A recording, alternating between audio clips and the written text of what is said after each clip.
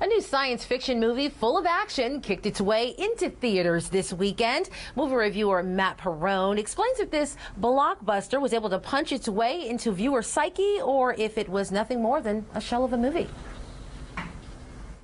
Welcome to another Monday. Well, Beauty and the Beast was finally dethroned, and the new winner at the box office was the animated movie Boss Baby. I did not manage to take that one in, but I did make it to the #3 movie of the weekend. Based on a mid-90s anime, Ghost in the Shell starring Scarlett Johansson opened to disappointing numbers and lackluster reviews. But is it possible that everyone may be missing something deeper?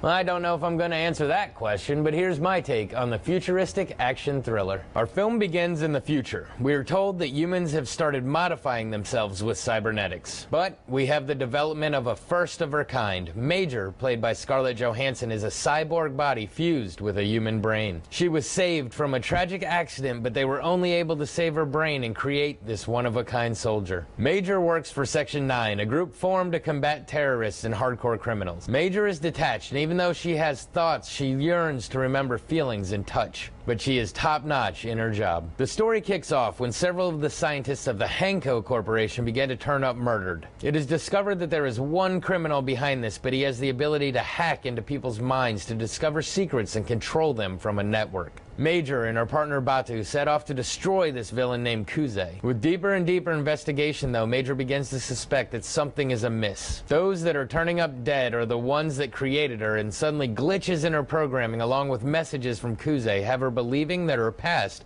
may be a farce. As the movie progresses, the action intensifies. We see Major doing everything in her power to piece together her past, which makes her the #1 target of the company that created her. On a journey of self-discovery and survival, Major will discover the true meaning of friends and enemies, all while trying to remember exactly what it is to be human. We as the audience are never at a want for excitement and action as battles accumulate and past secrets are discovered. The only question is if Major can find what she needs before it is too late. So, what to say about this one? Well, to start off, I'm going to admit that I never saw the anime movie. I was going to try and find it and watch it before I went to the film, but life got in the way, so I went in blind.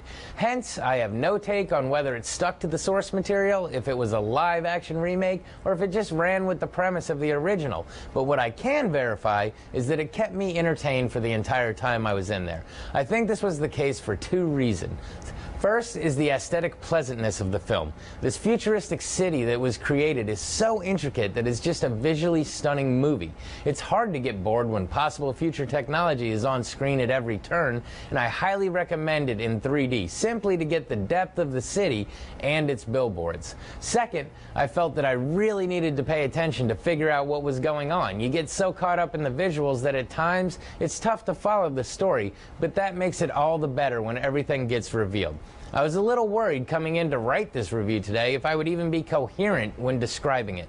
The cast does a good job, including Scarlett Johansson, but I expected that, since it seems she's playing the same distant, not quite human character that seems to be her new go-to, as evidenced by Under the Skin, Lucy, Her, and now this movie.